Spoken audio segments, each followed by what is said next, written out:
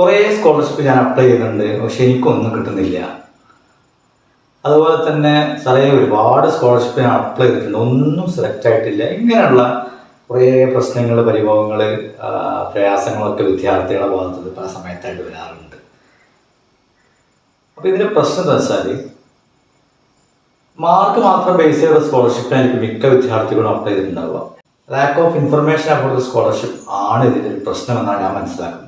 അപ്പോൾ അതുകൊണ്ട് ഇന്ന് 3 പ്രധാനപ്പെട്ട വെബ്സൈറ്റിനെ കുറിച്ച് നിങ്ങൾക്ക് പരിചയപ്പെടുത്തുന്നുണ്ട്.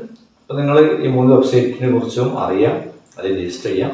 അതിൽ ഒന്നാമത്തെ ഏറ്റവും പ്രധാനപ്പെട്ടത് bold.org. മാർക്ക് മാത്രമല്ല ഇതിൻ്റെ അടിസ്ഥാനം, മറിച്ച് നമ്മുടെ ആപ്റ്റിറ്റ്യൂഡ്, നമ്മുടെ ഇൻട്രസ്റ്റ്, ഇതിനനുസരിച്ചുള്ള ഒരുപാട് സ്കോളർഷിപ്പ് നമുക്ക് എന്ത് പിന്നെ സെലക്ട് ചെയ്തിട്ട് നോക്കാവുന്നതാണ്, അപ്ലൈ ആവുന്നതാണ്. രണ്ടാമത്തെ പ്രധാനപ്പെട്ടത് scholarship.com ആണ്. ഒരു പ്രൊഫൈൽ തയ്യാറാക്കിയിട്ട് അത് വഴി നമുക്ക് ഒരുപാട് സ്കോളർഷിപ്പ് അപ്ലൈ ആവുന്ന മറ്റൊരു വെബ്സൈറ്റാണ് scholarship.com. മൂന്നാമത്തതും ഏറ്റവും പ്രധാനപ്പെട്ടതുമായിട്ടുള്ള വെബ്സൈറ്റാണ് നമ്മൾ ഇന്ത്യക്കാരായിട്ട് വിദ്യാർത്ഥികൾക്ക് അപ്ലൈ ആവുന്ന സ്കോളർഷിപ്പ് വെബ്സൈറ്റാണ് NSP, നാഷണൽ സ്കോളർഷിപ്പ് പോർട്ടൽ. നിർബന്ധമായിട്ട് നിങ്ങളത് രജിസ്റ്റർ ചെയ്തിരിക്കുക. ഒരു തവണ രജിസ്റ്റർ ചെയ്യുന്നതിലൂടെ ഒരുപാട് സ്കോളർഷിപ്പുകൾ നമുക്ക് അപ്ലൈ ചെയ്യാൻ പറ്റും. അപ്പോൾ അതുകൊണ്ട് ഈ 3 സ്കോളർഷിപ്പിനെ കുറിച്ച് നിങ്ങൾ അറിഞ്ഞിരിക്കുക, അവയറാവുക, 3നും രജിസ്റ്റർ ചെയ്യാം.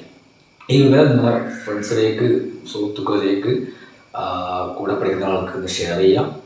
ഈ 3 വെബ്സൈറ്റിൻ്റെയും ഡീറ്റെയിൽസ് അറിയണമെന്നുണ്ടെങ്കിൽ ചാനൽ ഫോളോ ചെയ്ത് ലിങ്ക് എന്ന് കമൻറ്റ് ചെയ്യുക. Thank you.